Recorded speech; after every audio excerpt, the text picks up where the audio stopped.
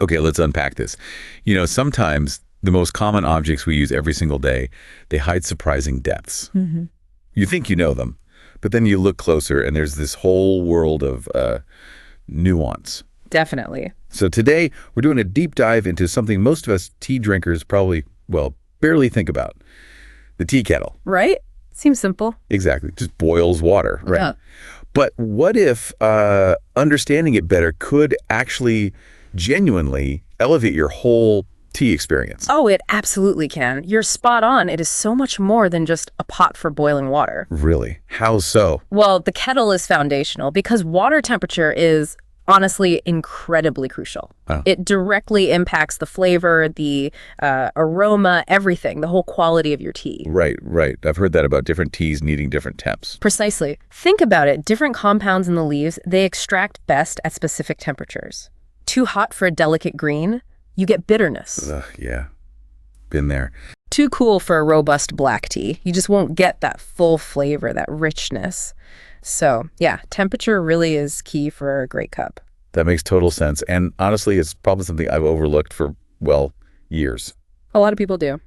So, okay, our mission for this deep dive then is to pull out the key insights from a comprehensive guide on tea kettles. Basically, give you a shortcut. Yeah, save you the reading. Exactly. So you can be well-informed without digging through it all yourself.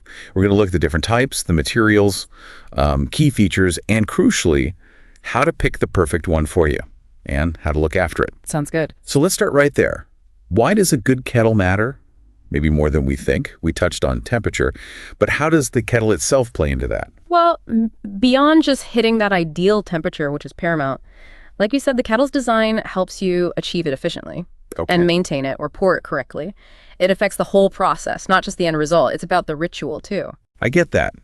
There really is something satisfying about using a tool that just works well, Yep, it flows better. Makes the whole process feel less like a chore, more like, I don't know, a craft or something. It really does.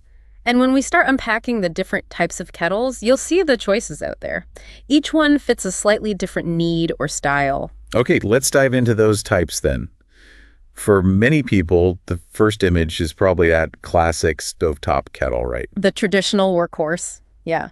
Sits on the burner, timeless design. Comes in stainless steel, copper, enamel, those sorts of things. Right. And a popular subset is the whistling kettle. Ah, yes, the whistler. Great if you're doing other things in the kitchen. That sound is unmistakable. Definitely an alarm. But what's interesting, that whistle wasn't just for convenience. It was actually an early safety feature, too. Oh, really? Yeah, in busy kitchens, it stopped kettles boiling dry and, potentially causing fires or damage. Practical design. Huh. Never thought of that. Okay, So that's stovetop. Then there are electric kettles. Right, and electrics really change things for speed and control. Your standard electric kettle just plugs in, heats water fast, usually has basic safety like auto shutoff, boil dry protection. Pretty standard stuff. But where it gets really interesting, especially if you're serious about tea, is the variable temperature models. Ah, okay, now we're talking. I've seen those. How much difference does that precise control really make if you drink, say, different kinds of tea? Oh, it's a game changer, honestly. These let you set the exact temperature you need. So no guessing. No guessing, no waiting for boiling water to cool down. Perfect for those different teas. Remember that delicate green tea? Yeah, the one boiling water ruins. Exactly. With variable temp, you set it to, say, 175 Fahrenheit for that green, or maybe 205 for your black tea. Precision. That sounds incredibly useful. And then for the tech lovers, you've even got smart kettles now. Smart kettles, what do they do? You control them with your phone, set the temperature, start boiling remotely, that kind of thing. Wow. We've gone from a simple whistle to controlling it from the couch. That's quite something. It is. But, okay, beyond the type and the tech, a really fundamental thing is the material the kettle's made from. That affects a lot. Right, the actual construction. Let's get into that. Stainless steel seems super common. Good reason for that. Absolutely.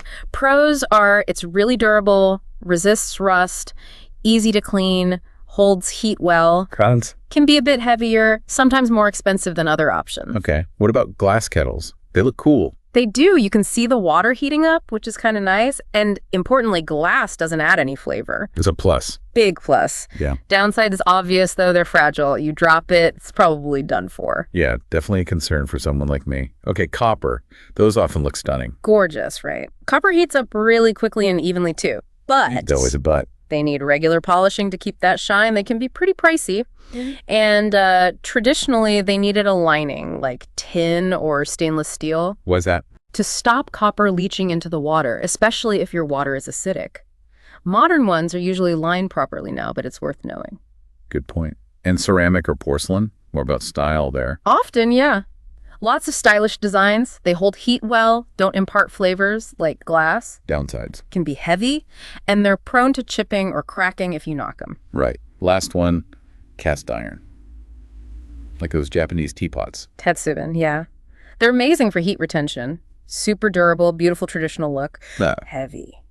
Very heavy. And they need seasoning, like a cast iron pan, to stop them rusting. Can be expensive, too. They're kind of a commitment. Okay, wow. Lots of options there. So if you're actually choosing one, what are the key features to look for? What separates the good from the great? Well, we already hammered this, but temperature control for electric kettles. If you drink different teas, especially delicate ones, it's pretty much essential. Non-negotiable for serious tea people. Got it. What else? Speed of boiling. Electric kettles generally win here by a long shot compared to stovetop. Makes sense. Capacity is another thing. They usually range from maybe 1 to 2 liters. Think about how much tea you usually make at once. Are you making a single cup or filling a big pot? Good point. And spout design. I know that matters for pouring. Hugely important. A well-designed spout, maybe a gooseneck type, gives you a smooth, controlled pour. Less splashing. Exactly. No spills, and you get even saturation if you're pouring over leaves directly. Crucial for pour-over coffee, too, actually. Safety features, too, obviously. Oh, absolutely. Auto shutoff is standard on most electrics now. Boil-dry protection is vital, stops the kettle heating when empty. And look for heat-resistant handles. Basic safety. And then there's the one we all forget until it's annoying, cleaning. Yes. Ease of cleaning makes a huge difference day to day. What should you look for? Maybe removable washable filters, especially for limescale, a nice wide opening so you can get your hand inside. Maybe a non-stick interior, anything that makes scrubbing easier. Nobody enjoys tackling limescale buildup. Okay, so knowing all that, how does someone choose the right kettle for them? It's clearly not just about picking the nicest looking one. Right. This is where you tailor it. First, assess your own habits. How often do you make tea? Yeah, daily. Weekly. What kinds of tea do you mostly drink? If you love variety greens, whites, blacks, oolongs, that variable temp electric kettle looks really appealing. But if you only drink, say, English breakfast, then maybe a simpler electric kettle or even a good stovetop one is perfectly fine. You don't need all the bells and whistles. Makes sense. What else? Think about your kitchen space. Electric kettles need counter space. Stovetop kettles need, well, stove space. Obvious, but easily overlooked. Budget, of course. Kettles range from pretty cheap to surprisingly expensive. Decide what features are worth paying for you. And finally, yeah, the aesthetics do matter. Of course, you'll see it every day. Choose one that fits your kitchen style, whether that's sleek, modern, rustic, whatever. Okay, so you've chosen your perfect kettle. Now, keeping it working well, maintenance tips. We want this investment to last. Definitely. Regular cleaning is number one, especially preventing limescale buildup if you have hard water. That chalky stuff. Yeah, it looks bad, can slow down heating, and some say it even affects the water taste slightly. How do you get rid of it? A simple mix of water and white vinegar or lemon juice.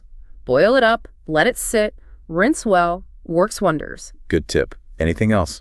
Avoid overfilling. There's usually a max line for a reason. Prevents spills when boiling, and it boils more efficiently. Handle it carefully too, I guess. Right. Use oven mitts if the handle gets hot. Pour slowly and carefully. Basic stuff, but important. And storing it. Keep it in a dry place when not in use. Especially important for materials prone to rust, like cast iron if it's not seasoned properly.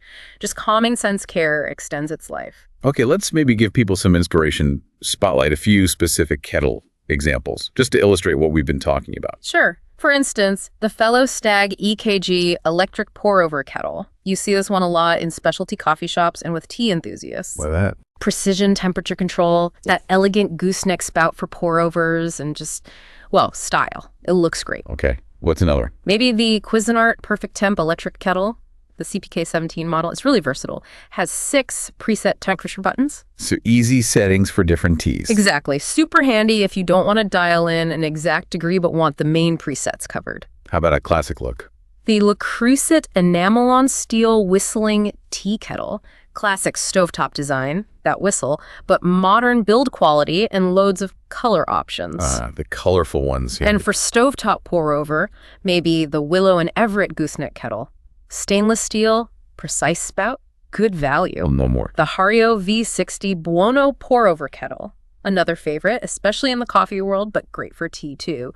Known for its pour control and sleek look. Okay, great examples. So, wrapping this up, what's the big takeaway here? I think it's that a good tea kettle isn't just, an afterthought accessory. It's actually a worthwhile investment. Right. It fundamentally impacts the quality of your tea. It really does. It helps ensure each cup is brewed the way it's meant to be brewed. It turns a simple daily thing into something a bit more special, more intentional. And hopefully these insights help you apply this to your own tea ritual, moving beyond just boil water to actually crafting a better cup. Exactly. Using the right tool for the job, even for something as seemingly simple as heating water, can just make a surprising difference. Precisely. So maybe this leaves us with a final thought for you to mull over. What other seemingly mundane objects in your daily life might hold surprising depths? Hidden features, maybe? Just waiting for you to unlock their full potential. Something to think about. Definitely something to mull on until our next deep dive.